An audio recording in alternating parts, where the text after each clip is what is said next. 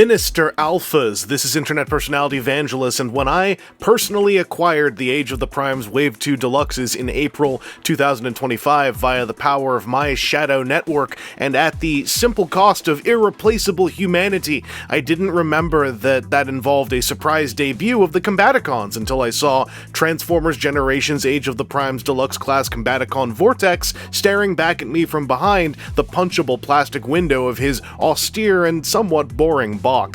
Pour one out for the aerial bots getting overshadowed before they've even been fully announced, because Alpha Bravo's new template has finally arrived. This video was sponsored in part by ToyHacks.com. Use the code MOTHERVANGELUS through the month of May 2025 for 15% off your order of labels and other paraphernalia. Using the code supports the channel. Supporting the channel feeds the machine. Vortex satisfies my most basic needs from a retro-scramble cityman's proportions, excellently crisscrossing the shapes of a humanoid biped with a series of boxes and rectangles, and rendering them in a rather lush and dark metallic swirl.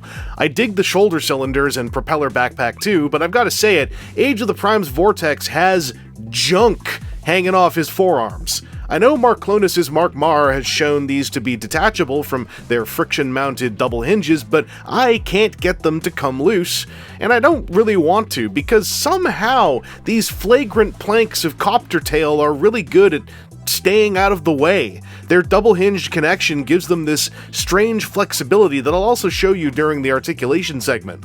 Oh, one thing Mark showed that I can do is twist the backpack piece 90 degrees, which one can do if one doesn't want to see it sticking up behind Vortex's head.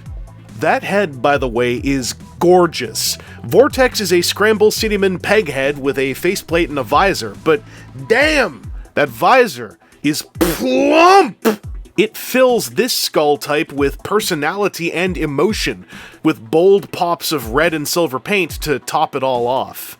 Vortex includes one normal space gun and two smaller space guns, and he can hold any of them in his hands. Obviously, sticking his smaller guns onto his forearms is the play here, though you can't do that if you decide to suck his helicopter tail planks back up into their snug alt mode position. There is one more secret accessory, which is the delightful revelation that the propeller is a removable 5mm compatible piece. My personal preference is to attach this as a hunk-mounted chopper shield, and Vortex looks surprisingly dashing and standalone when he's all set up like this.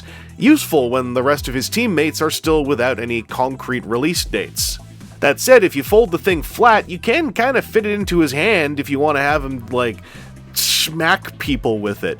I know these things are usually supposed to be swords, but this is given just a big smacking plank kind of feel. Vortex's ball socket neck is friggin' cool, because look at all of that 360 degree concave waggle. Now you can, look around a lot if you want to as well, but you can waggle side to side, you can waggle up and down, mix that with a bit of tilt. That's a really emotive head, and combined with his big fat visor, it fills Vortex with character, even if the rest of his body couldn't move. Thankfully, the rest of his body can move. He can T-pose like this so that when he's, you gotta move this bit down, but when modified to assert hovering dominance, he can. Basic bicep action is there, basic elbow action to 90 degrees is there. There are no wrists because of, I think, partly the nature of how his forearms work. And there's, these things. They're annoying, but for how annoying they are, even just visually, they are pretty shockingly good at staying out of the way. I've got the forearm blasters in here as sort of a way to lock them in, but if you move these, into their fully extended orientation, they stick out more and they waggle more, but then they cling like this to the back of the bicep a bit more. I like this sort of 45-degree orientation, it just makes it feel more natural. If you remove these, though, you can just plug them back in all the way, and this still sort of works. It's just he's going to be holding his guns like this now. So, I think these are ugly and weird, but I am pleasantly surprised how much they, for lack of a better term, keep their mouth shut while I'm playing with the figure. The waist joint is unimpeded despite, a backpack and a spinny thing and all this stuff. You can also do this, so you can twist things on Vortex's back if you feel that those are considered points of articulation. You can scissor a little bit if you like. Or you can scissor properly, because this stuff all works super happily. There's no impediment anywhere. If you consider this to not be enough backwards leg swing, then move that. Now there's even more backwards leg swing. The thigh swivel works. The knee bend works, even with the big hunk of calf back here. The feet have got a dedicated inward tilties. They don't have dedicated forward-backward tilties, but because the toe and the heel are both individually jointed on each foot, you can adjust these to at least silently accommodate poses as necessary. You know, bipod with a heel, even bipod with a foot if you want to have it look like the toes are tilted downwards. You can cheat it a little bit if you want to have him, you know, standing like that. So, Vortex here, articulation-wise, I thought there would be a bit more limitation due to this stuff, but there ain't as much as I thought there would be.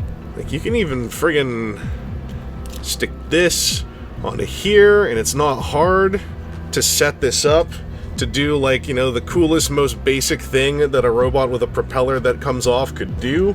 Get some of this buzzsaw shield action. Really makes me happy. This is my favorite pose for him, actually, as a standalone figure. And, yeah, he's been more fun to pose than I thought he'd be.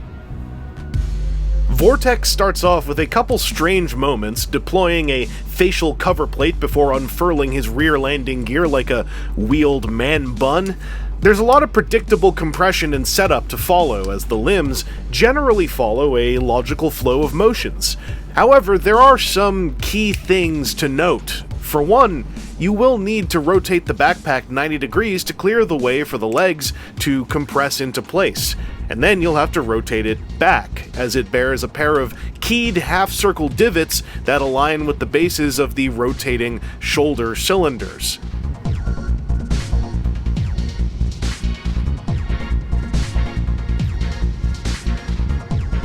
Basically, there is a specific order of operations here. Not a complex one, but it can slip you up if you go barreling in without any instructions. In vehicle mode, Vortex has a satisfying girth and length, though there is a visible lack of taper from his middle mast to his tail section, only really containing his well-masked but plainly visible head block. Visually, that gunmetal swirl plastic does a lot of heavy lifting, though it's nice to see all the windows painted in, and the blue stripe is trying its best to be a visual punch. More of a nudge in practice, and I can confirm that both spinny bits can spin freely without impediment. Now, there are a pair of 5mm ports for obvious accessory storage, one on either side of the tail. But all three of Vortex's guns also have tabs sticking off of them that can interact with a number of available slots on the vehicle mode. There are slightly sloppy long ones on either side of the main body, a pair underneath the tail itself, a pair on either side of the copter nose, and a pair underneath the copter nose. This is not a staggering amount of play value, but it is a wide and welcome number of placement options for the trio of cannons included with the figure. Vortex's contribution to an as of this recording unseen Bruticus is similar to Legacy's Menasor or Age of the Prime's Superion. He is an arm bot, so via a hidden switch, he can split in half. Unfortunately, he cannot attach to the Menasor frame, but apparently he can hook onto the Superion one. So, hey, sounds like I have a brand new Alpha Bravo in my future, a figure I personally deserve, seeing how I am the character's most devoted steward. By the way, I did put in some work trying to make Vortex fit on the Menasor frame during the related box shredding livestream. It just has a different pattern of tabs and slots. There we go. So yeah, basically Scramble City. Pretty much perfect. It's what it, like it's frankly a marvel. It's pretty much perfect. When a Combiner team member comes out this far removed from the rest, at least to our knowledge, my main question is whether or not the figure stands on its own, and I was pleasantly surprised by how much Vortex can do that, being a fairly solid deluxe class piece whose biggest problem is some messy arm mush that puts in an effort to not bother me when I'm having my playtime.